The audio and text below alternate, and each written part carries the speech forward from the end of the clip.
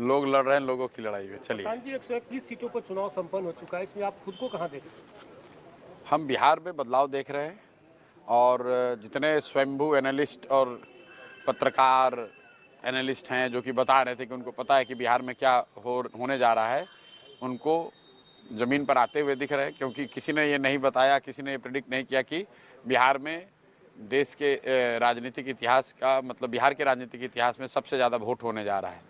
और इतनी बड़ी संख्या में जो पोलिंग हुई है, ये दिखाता है कि बिहार में बदलाव बिल्कुल होने जा रहा है निश्चित तौर पर।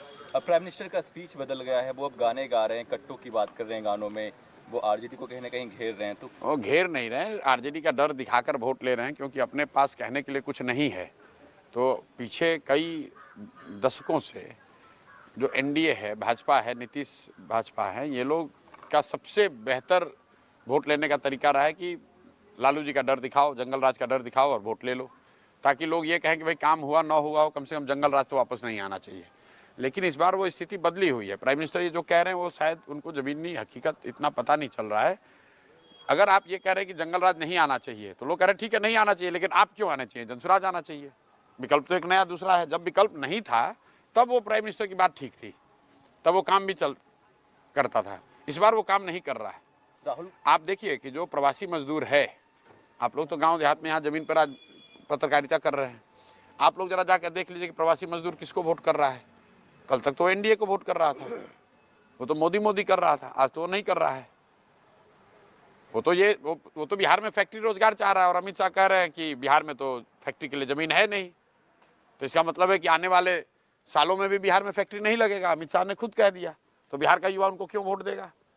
अगर फैक्ट्री लगाने के लिए सिर्फ गुजरात में ही जमीन है, तो फिर बिहार का युवा क्यों वोट उनको देगा यहाँ। और ये पूछिए आप लोग कि अगर फैक्ट्री के लिए जमीन नहीं है, तो ये जो बड़ा बड़ा सड़क सब बना है, जिसमें कि यहाँ के यहाँ पंजाब, आप बंगाल को गुजरात से जोड़ रहे हैं, वो सड़क बनाने के लिए जमीन बिहार में कहाँ से मिला।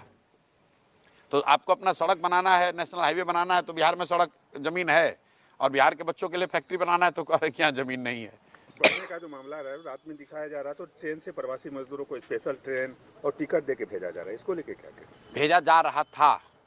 जब एनडीए को, भाजपा को लग रहा था कि प्रवासी मजदूर आकर उनको वोट देंगे, तो उन्होंने 12,000 ट्रेन चलाने की बात कही, 20% डिस्काउंट की बात कही। लेकिन जब लोगों ने ये पाया कि जो प्रवासी मजदूर आ रहा है वो तो भाजपा के खिलाफ वोट कर रहा है, बदलाव के लिए वोट कर रहा है, जनसुराज के लिए वोट कर रहा है, तो आपने छठ के दौरान देखा कि बहुत सारी ट्रेनें जो स्पेशल ट्रेन के तौर पर वादा किया गया था, वो ट्रेन खुली भी नहीं है। इनफैक्ट अभी तो कल तक प्रवासी मजदूर आ रहे हैं भाई। कल मैं आ रहा हूँ जिस इलाके से, कल मैं भागलपुर में बांका में था, वहाँ पर कल एक जगह पे लोग बता रहे 15,000 लोग आए हैं जो छठ में नहीं आ पाए। लोग, प्रवासी मजदूर, युवा बिहार का इस बार इतना डिटर्मिन्ड है कि छठ के बाद कल तक लोग अभी आ रहे हैं वोट करने के लिए। हर हालत में लोग बदलाव चाहते हैं।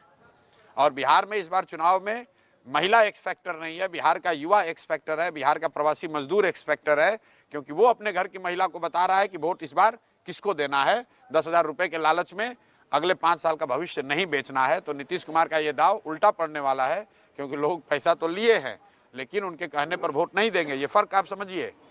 पहले के चुनाव में ये लोग छठ मनाकर चले जाते थे, फिर महिला अपने हिसाब से वोट करती थी। इस बार ये मजदूर, ये युवा साथी घर में बैठे हुए हैं और वो न सिर्फ अपना वोट कर रहे हैं बल्कि अपने परिवार की महिलाओं से भी वैसे ही वोट करा रहे हैं, अपने घर वालों से वैसे वोट करा रहे हैं जो उनको उचित लगता है। तो इसलिए बिहार के इस बार के चुनाव का एक्स फैक्टर युवा है, बिहार के चुनाव का एक्स फैक्टर प्रवासी मजदूर है। और 14 तारीख के रिजल्ट में आपको दिखेगा। कोई आदमी अगर इसको इग्नोर कर रहा है तो उसको 14 तारीख को वो बहुत परेशानी का सामना करना पड़ेगा। प्रशांत किशोर चुनावी मैदान से दूर क्यों, इलेक्शन क्यों नहीं लड़ रहे? हम कहाँ पर हैं? हम बिहार में चुनाव नहीं हो रहा है। सबसे ज्यादा अगर कहीं चुनाव में कोई इन्वॉल्व है तो प्रशांत किशोर है। प्रशांत जी, आप सीमांचल में हैं, यहाँ पे मुसलमानों की वोट की बात होती है, सभी पार्टियां जो है वो जद्दोजहद कर रही है कि मुसलमानों का वोट लिया जाए, और वैसे भी काफ़ी एक्टिव हैं, कांग्रेस भी एक्टिव है। आप क्या अपील करेंगे मुसलमान वोट? मुसलमानों से बस इतना ही कहेंगे कि भाजपा से डर कर आपने बहुत दिन वोट दे दिया। आप इस्लाम की बात में बताई हुई बात को मानिए। दूसरे दल वाले कह रहे हैं कि भाजपा से डरिए और हमको महागठबंधन को वोट दीजिए, ओवैसी कह रहे हैं हमको वोट दीजिए। जनसुराज कह रहा है कि भाजपा से मत डरिए, अल्लाह से डरिए और हक के साथ खड़े होइए, सही के साथ खड़े होइए, अपने बच्चों के साथ खड़े होइए। भाजपा